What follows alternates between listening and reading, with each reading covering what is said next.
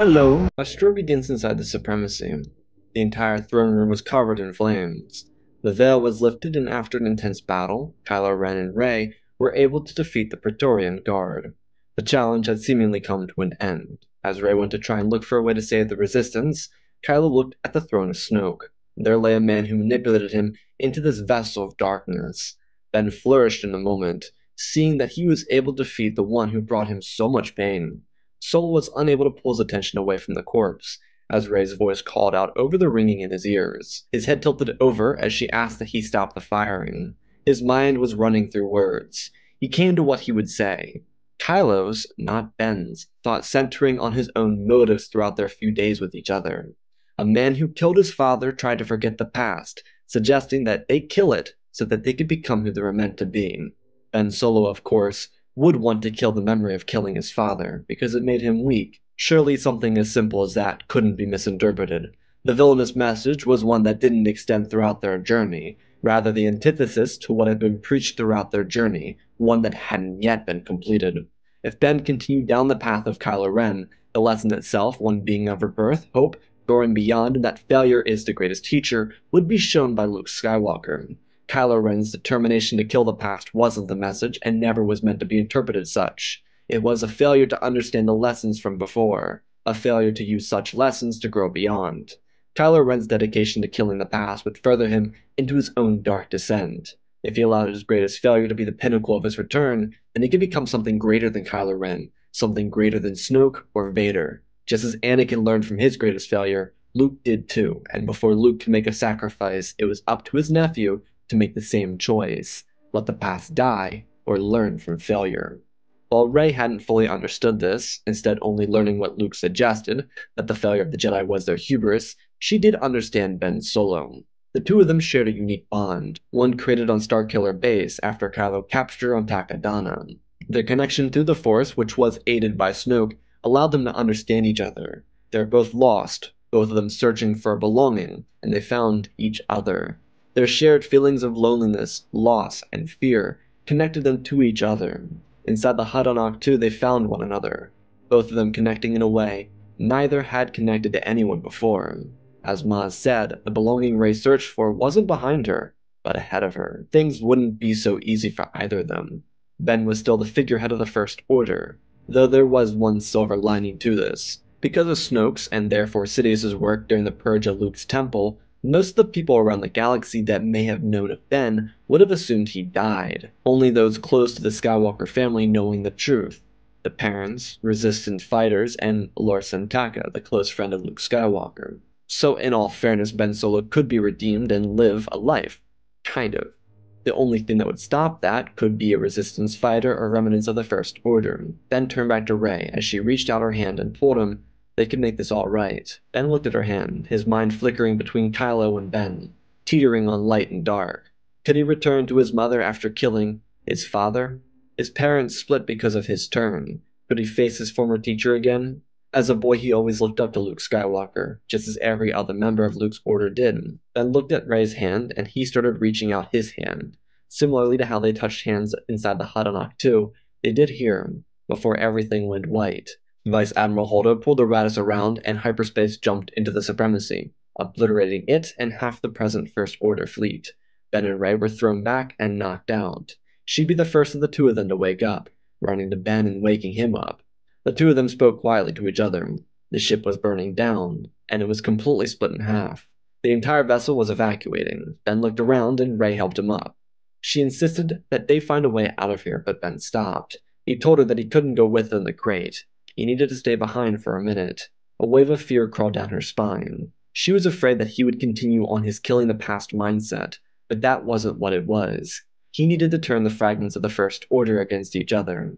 He may have not been Snoke, but he could use what little influence he had to turn the remaining fleets in the galaxy against General Hux.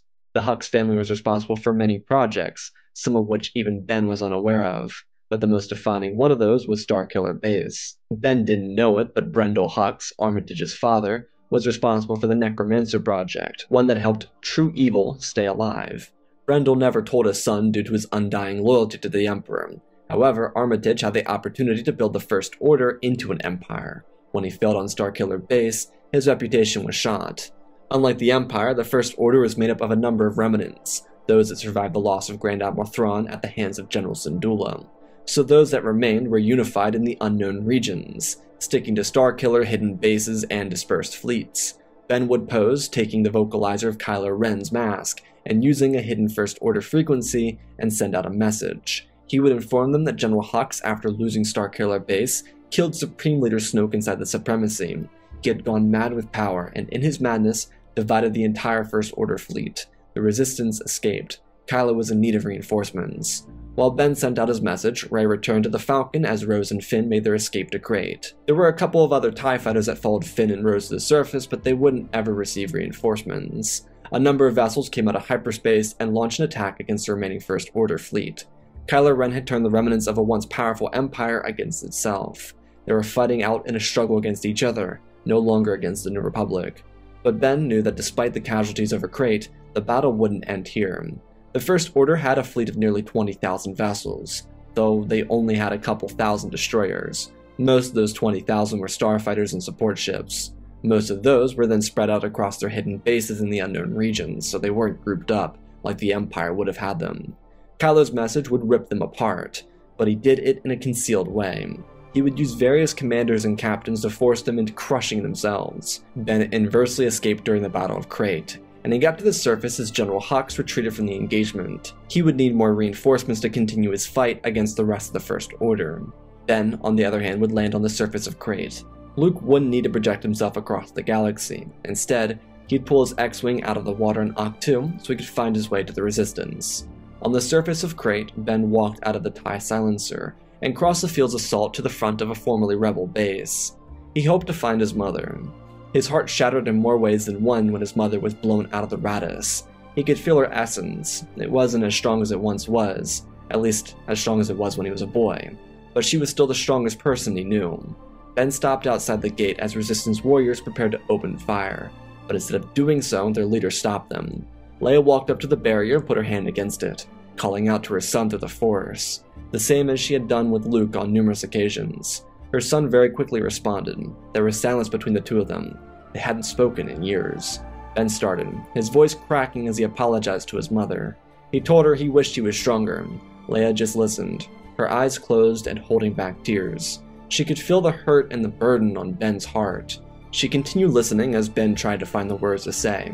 He expressed that he never should have listened to Snoke, and he was sorry for what he was responsible for. He was sorry for killing his father and leaving her without him for so long. He felt terrible about what had become of Uncle Luke, and he wished that he could have just one moment to tell her how sorry he was. If she no longer wanted him, he would understand. And before he could say another word, his name was called.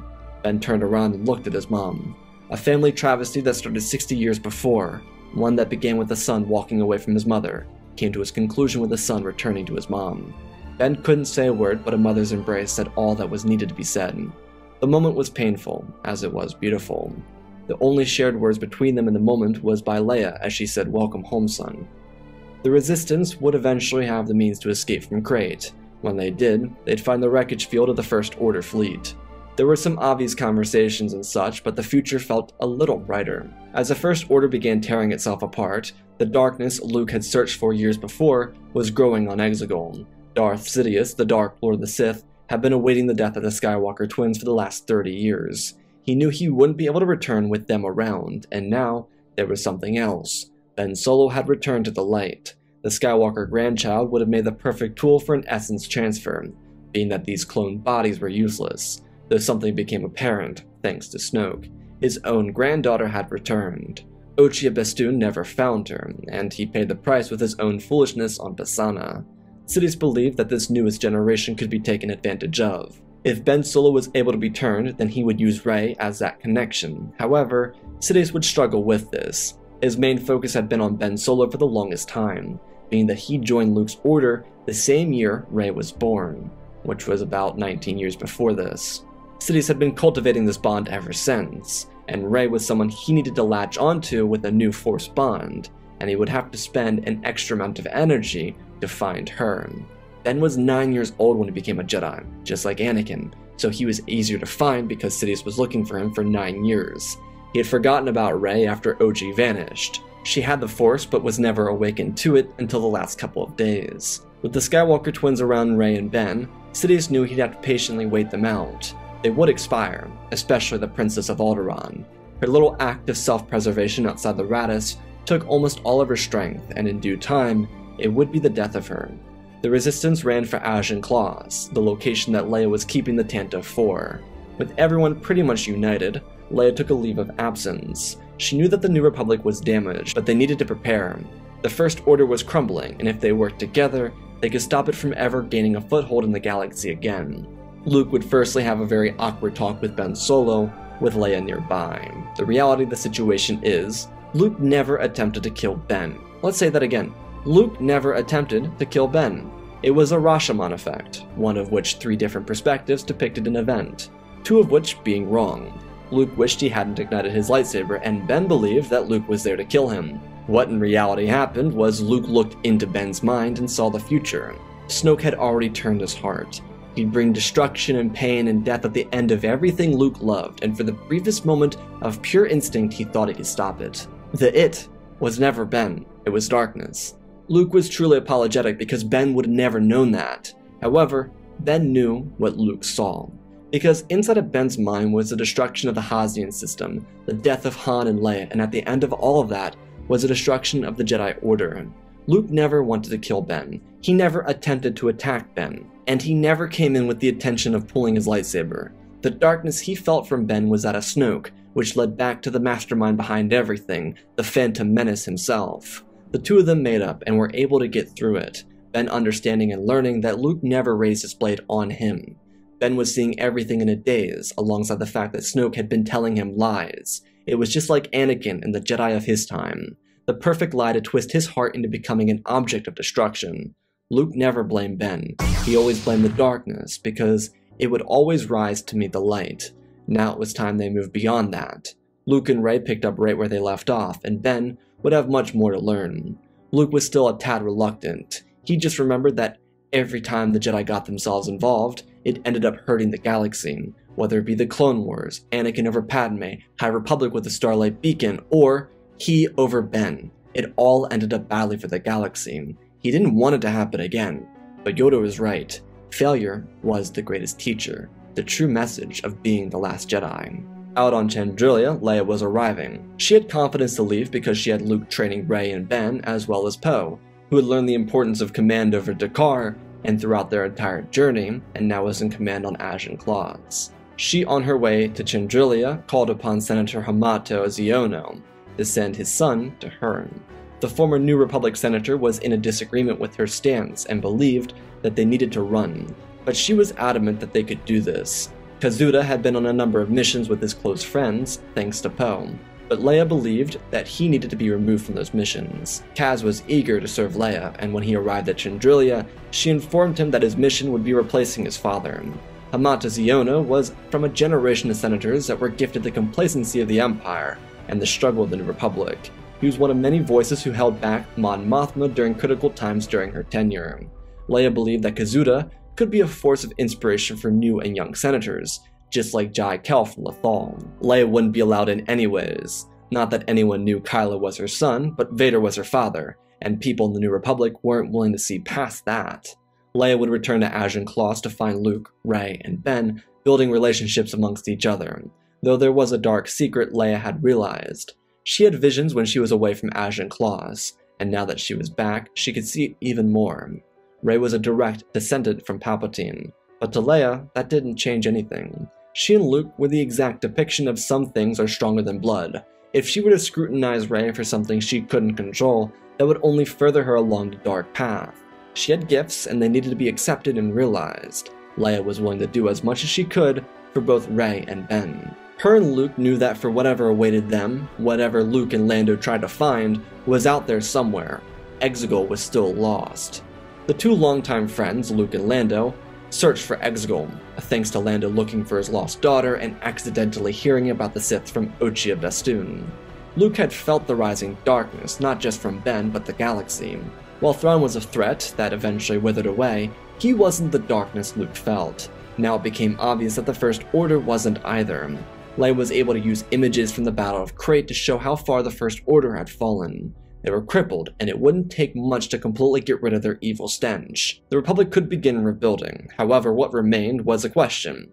How would this rebuilding process go? There weren't a lot of people eager to start over again, but thanks to Leia's mentorship over Kaz, the new generation had a chance to take up a mantle that the previous generation failed to stand to. Rey and Ben's dynamic continued to grow, and as Luke and Leia learned that they were a dyad, it only blossomed more. The two had a genuine connection, and the truth is, there was room for a romantic one too. But at the moment, there was no focus on that. They liked having each other because they filled holes in each other's hearts. Ben was able to get his family back, and Rey finally felt like she had a family. Their bond would continue to expand, but the focus was never on a relationship. They had time, and they were focused, especially Rey. She wanted so badly to learn, and now with the opportunity present, she wouldn't pass it up for anything. Whenever she wasn't training, she was reading through the ancient Jedi texts. Though for Ben, it would be hard. Both Poe and Finn, as well as a number of other Resistance members, had their issues with him, many of them even considering turning on Leia. But he would do everything and go out of his way to do everything to make up for what he had done as Kylo Ren. After all, as Lando Calrissian said, with the blood of a scoundrel and a princess in his veins, his defiance would shake the stars. Ben was able to use the heart of his mother and father to win back people within the Resistance. It wasn't easy to forgive, but Ben did everything he could to make it apparent that he would never go back, and that he was truly horrified by the person he became, even in one instance killing off the Knights of Ren. A year after the Battle of Crait, Leia would feel her call. She had spent the last year of her life doing as she always wished to do. She inspired an entire group of new senators inside the Republic. Kaz was following in his father's footsteps, but actually being productive as a senator, not complacent. He had a bit of a hard time with it, but he made it work. Leia also built a connection back up with her son, and got to adore her time with Rey. The years leading up to Crait were painful, but at the end of it all, she would find her peace. She knew that Ben would continue to do great things in his life. She was very proud of her son.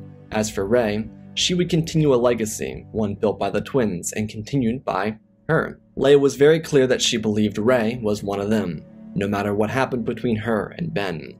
Leia's final moments would be in happiness and in peace. A legacy started with a son leaving a mother, ended with a son at home with his mother. The loss of Leia would be hard on all of them, especially Luke, but they would all find their own ways to handle the loss. Leia may have not made it clear to Rey that she was a Palpatine, but she did make it clear to her that she was always one of them. After a full year, Rey and Ben obviously weren't ready to become Jedi Masters yet, so they continued on their journey. The Resistance melded with the Republic, and the First Order died out in a fiery blaze started by Kylo Ren. On their journey, Luke would reunite with Ezra Bridger and Jacen Syndulla, the boy who had grown up so much since the last time they met. Ben was familiar with both of them, being that it was Hera Syndulla who was responsible for finally bringing an end to Thrawn.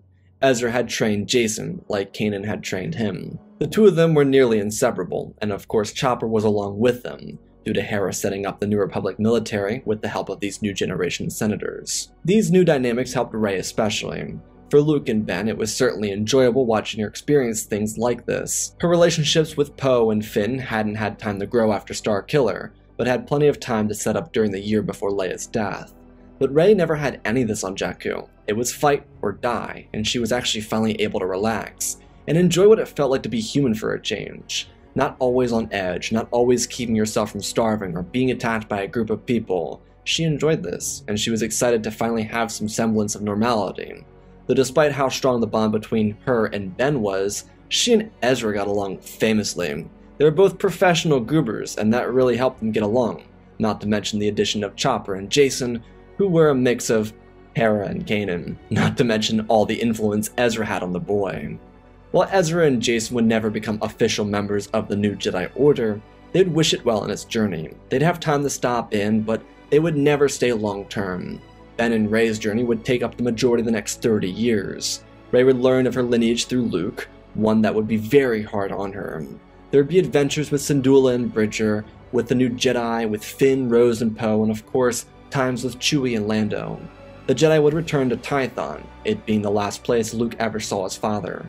Tython was peaceful, and with the books Rey recovered from Ahch-To, it'd be the perfect place to rebuild, though a lot of the heavy lifting for this new order would be done with Rey, Finn, and Ben. Luke would be more of an overseer, a Grand Master. About 10 years into the 30-year gap, Rey and Ben would explore a more romantic relationship, and 3 years after that, they'd have a daughter named Taryn Solo Skywalker. As Rey at 33 and Ben at 42 took on the mantle of the new Jedi Order and the roles of parenthood, they realized that they must be guides for a new generation. The following 17 years would be very challenging, but they, especially with the help of each other and their mentor, would get through it. Luke embraced the role that he took up before the Battle of Crate, and after it, his role was the Ben Kenobi, or the Yoda, of this order. He would be the guide, the one to pass the torch, just as Leia did. And at the end of these 30 years, Luke would have a peaceful death inside of one of the main buildings of this new Jedi Order on Tython. His life ending on a peaceful note, one where he was able to find his happiness. Luke Skywalker would join his sister in the Force as he transcended into the living Force. Taryn at this point was 17, and so for her, it was like saying goodbye to a grandfather. But Luke was able to pass away, peacefully, surrounded by those he loved most for the remainder of his life. In his eyes, he was surrounded in a peaceful glare, looking off into the binary sunset as the Force brought him home. Rey and Ben were set to head back to Coruscant for the unveiling of the new Jedi Temple, which had been refurbished over the last 2 years. They were reconstructing the Jedi Temple of old. The Republic and the Jedi Order weren't reintegrating. Luke made it very clear that that would never happen. But the Jedi Order was expanding its reach to Coruscant. An academy would be started there, and led by Master Finn. Being that he was one of those late bloomers, due to being inside the First Order, he was the most efficient master at expanding the mind of those who had midichlorians but didn't know how to use them, or even open themselves up to them. There were a couple other outposts, but nothing too large. It was a lot for Ben and Rey to manage, but they did so with each other. Ezra and Jason had one set up on Lothal, named the Ahsoka Sabine Academy for Eager Minds. Not much was known about what happened to them, but tremors in the Force indicated they sacrificed themselves to keep something from coming to this galaxy. The people were celebrating the rebirth of the Jedi, but what followed was a message 60 years in the waiting. Sidious finally outlived Luke Skywalker, and while there are more Jedi now than there were when it was just Luke and Leia, there was no one Sidious feared more than the twins. He had been trying to manipulate Rey but never breaking through. She was able to reject him, thanks to her family being there. He did try it on Taryn, but she was well informed and trained too. She was the great-granddaughter of Vader and Palpatine. She was the most destined individual in the galaxy to fall into darkness. But Mom and Dad were there for her, Ben already having been there and Rey having been tempted, so they both knew how to help her resist it. Regardless, Sidious's message crawled out across the galaxy. A message that said, "At last the work of generations is complete. The great error is corrected. The day of victory is at hand. The day of revenge. The day of the Sith." The message frightened everyone in the galaxy. Despite many not being alive during his rule, everyone knew the voice of Sidious. They were terrified, but the generation of freedom fighters from the war against the First Order were now the Elders. It was a fight of a new generation, but it was clear it would take all of them. Thanks to the work done by Luke, Leia, Rey, Ben, Finn, Poe, Rose, Ezra, and Jason, over the years, people were more than ready to stand up. They just didn't know where to. Sidious left a time. The biggest fleet amassed in the history of the galaxy was ready for combat. He gave the galaxy 16 hours to surrender or die. If they surrendered, they'd become part of the Final Order. If not, they'd become Alderaan. This did put a shock onto the people of the galaxy, but with the Jedi leading the charge, there was hope. But no one knew how to get to Exegol, so quickly, Rey, Finn, Ben, and Taryn ran into the Jedi Temple. It was outfitted with all the information collected inside the Temple of Tython. Ben and Luke had searched for the Sith Wayfinders, coming to the same dead end on Pisana, and coming close by investigating the wreckages left behind on Mount Tantus, Jakku, and a number of other places, but they never found anything. Finn quickly pulled through the information they had recovered, and they were still struggling to find answers. Ben was fixated on the past. At 60 years old, he was taking a little longer than he would have liked to. Where could it be? There were only 2 Sith Wayfinders in the galaxy, one for each Sith. Exegol was a secret location. How could the Sith keep it so secret for so long? Then Ben realized something he hadn't before. Snoke mentioned Vader extensively, and while Snoke was never an actual Sith, he had plenty of Sith artifacts. They were collected from Sith temples. There was a time that he mentioned that Vader and Sidious were the last of the Sith. So, the secret to Exegol would be where they hid their relics. Vader's castle would be the best place to try and find it. They hadn't been there yet. Ben and Rey would tell Terran to stay with Finn. They would go to Mustafar and find the Wayfinder. Finn, on the other hand, gathered up freedom fighters, some old allies and some new ones, preparing them for what would be their final strike against the forces of old. Lando, at the age of 108 and Chewie at 280, would be ready too. Lando was feeling the hurt, but he would do anything, just as his friends would have. Rey and Ben quickly got to Mustafar, using new hyperspace lanes and going to the Eye of Webbish Bog, defeating the cultists, protecting him, and earning the Wayfinder. Vader gave it to Webbish Bog before leaving Mustafar. With the Wayfinder recovered, the Dyad prepared to chart a course to Exegol, but there was a problem. Sidious realized that the Jedi were onto him and began moving his fleet out early, the planet of Naboo being the first casualty from the rise of the Final Order. Rey and Ben knew Coruscant or Tython would be next, and they had to make a judgment call. People would be too afraid to fight if they both went back and someone didn't chart a course for Exegol. And they could both lose everything if someone wasn't there to protect those planets. They agreed to split up. They had their entire lives worth of training. This moment would be for the future. They gave their love to each other and split off. Ben returning to the core and Rey plotting a course for her grandfather. Poe, Finn, Rose, Jason, and Lando would get the coordinates from Rey, as she started moving quickly into the red honeycomb zone, which is a cloud of stardust and gas that protected the exterior of Exegol, hence the need for Sith Wayfinders to get to it. As Ben returned, the New Republic fleet, alongside that of Poe Dameron, Lando Calrissian, and Jason Syndulla, made their move for the unknown regions. As Ben returned to the core, to safeguard any potential threats, he found an empty system of Coruscant. The planet was safe. He then worried what would become of Rey, whose coordinates had gone out across the galaxy for anyone willing to fight. She sped through the honeycomb zone and ripped out the barrier and then found a place to land outside the Sith Temple. She grabbed her lightsaber and prepared to fight her grandfather. Her only intention was to destroy him and end the legacy of the Sith. She didn't care what happened to her. At this point in her life, she was connected to all the Jedi. She knew what she would be doing if it came to that, though part of her realized as she walked through the massive structure that she would have done the same thing when the war first started all those years ago when she was 20. She descended into the temple, and she rounded the corner and found her grandfather. He was standing on his own 2 feet. With the extra 30 years, his Sith loyalists were able to crack the code on cloning, and he transferred over. The only issue is, it took 60 years to accomplish, but he was back, just as strong as he was when Vader turned on him. He looked at her as she rounded the corner. He laughed at her and told her that after all these years, she finally found her way home, only to be nothing but a Jedi. She could have been an Empress, but instead, she chose the wrong side. Rey stood her ground, informing her grandfather that she wouldn't rather be anywhere else. Sidious twisted his head and laughed, telling her, so be it. Over Coruscant, 4 Zyston-class Star Destroyers exited from hyperspace. Their cannons were all primed for a hit on the planet. It would kill 7 quadrillion residents if it fired, not to mention Terran Solo Skywalker. Rey didn't know what Sidious was referring to, but she ignited her golden lightsaber and pointed it forward. Over Coruscant, Ben looked at the fleet that came out of hyperspace. The Solo Skywalker family had adopted a large transport, close to the size of a Gazanti cruiser, is how Rey was able to split from Ben and go to Exegol.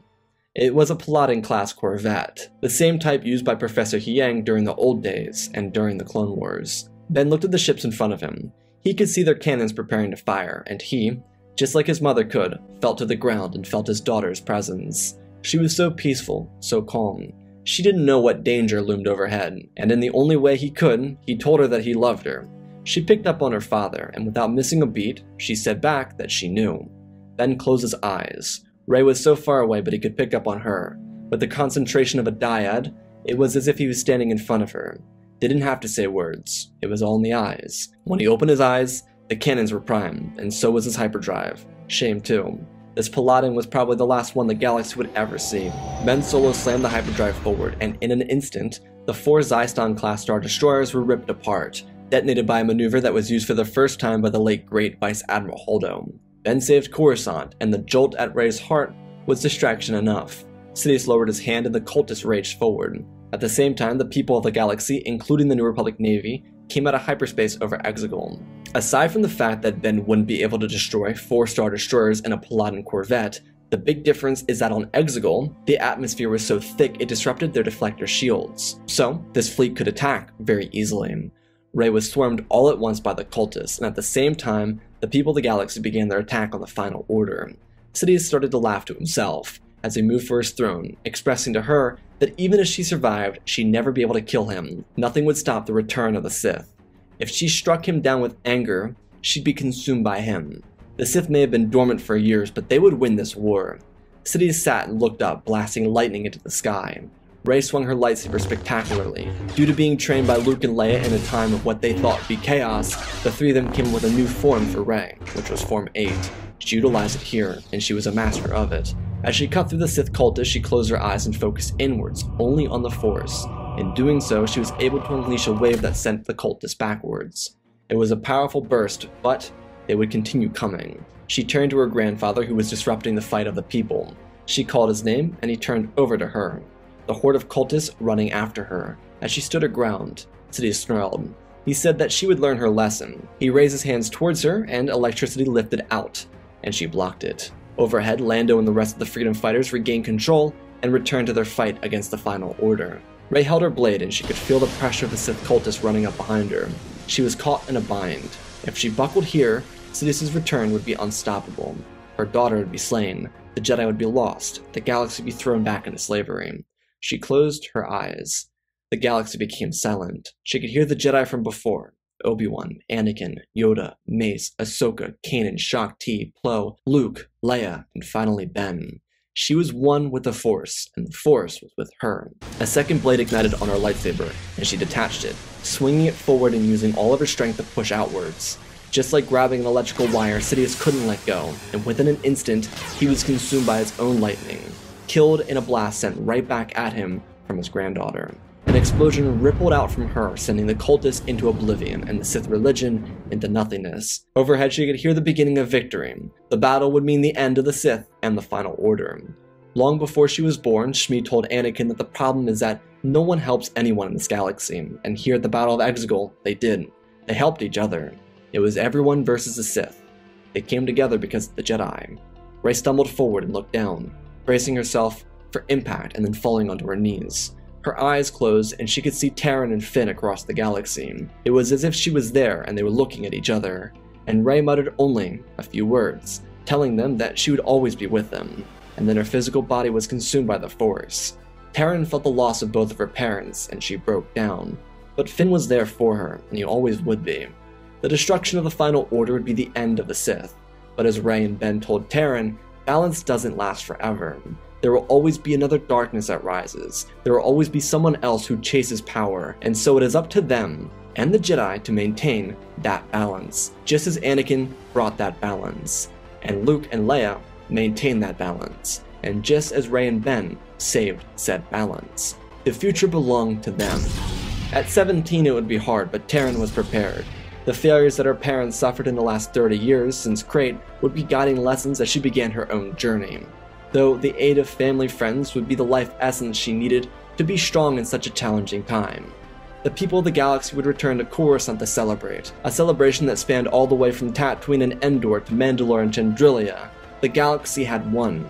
The new generation found their balance, and it was up to them to keep it. In the years following the Battle of Exegol and the sacrifice at Coruscant, Rey and Ben would join their masters at the Grand Temple on Coruscant, statues for each of them being pulled up next to their teachers. Terran Solo Skywalker would follow in the guidance of Finn, Ezra, and Jason for the following years, she and Din Grogu becoming faces of the new Jedi Order, as they helped maintain a galaxy in peace for generations to come. And that, my friends, is our story. Again, special thanks to our patrons: Galvin Gaming, Tristan Mandalore, Sir William 1767, Darth Revan, Granddaddy Bane, Laliand, Sky Guy, Penguin, Cullen Rooney, Shark Midori, RJ38, Nick, Michael Erlanger, The Last Jedi, Apollo, Weeble 670, Anakin Stank Runner, CT7567, Toaster Oven, Oz of Oz, Darth Nox, The Eternal Padawan, Joshua Tem, Johnny DeGuin, Sith Skeleton, Jedi Sloth, Mr. Yeet Gamer, Lord Cali, Gunley 66, Mammoth Studios, Anakin 003, Lord Draken, 46 Star Wars, Airbus, Rex Wolf, Man 3 First Names, Dark Saint 46, Baron Joshua, and Deadwing for supporting the channel. Smash that like button. If you want to see more stuff, I don't know, check out the links below. Otherwise, let's talk about this story. I said it before, I'll say it again. I love these movies, I love writing about them, I love writing about these characters. They are some of my favorite characters in all of Star Wars, and it's such a joy to tell stories like this. The main essence I want to get in the story is kind of what the sequels are. It's a passing of the torch, and it's kind of what the story ends with. It's a passing of the torch. It's the same thing that Luke and Leia do. These heroic messages for their next generation. Luke's great sacrifice in Last Jedi is a message that inspires the galaxy to come together and Rise of Skywalker, and that's the same thing that happens here with Ben's sacrifice against the Final Order and Rey's sacrifice against her grandfather. It's very much so a parallel to what happens in the Rise of Skywalker. Rey dies in that movie. It's only through her dyad that she is returned. And the reason that Palpatine just wouldn't ever come back for another 30 years is because of Luke and Leia. That's the reason why he was dormant for so long. It's very, very clear that he doesn't really make a move to come back until Leia is far too weak to do anything, and Luke has been gone for a year. And so I wanted that theme of him being afraid of the Skywalkers being present, and him only feeling like he can make a move because he was able to corrupt Ben at one point, and feels that he could corrupt Terran at a future point. So anyway, smash that like button. I love making stories in this era. It means a lot to me, just as the rest of the Star Wars saga does. So I love to keep doing stories in this era, as well as telling stories with these characters. Anyways, I love you all, spread the love, and always remember, my friends, may the Force be with you.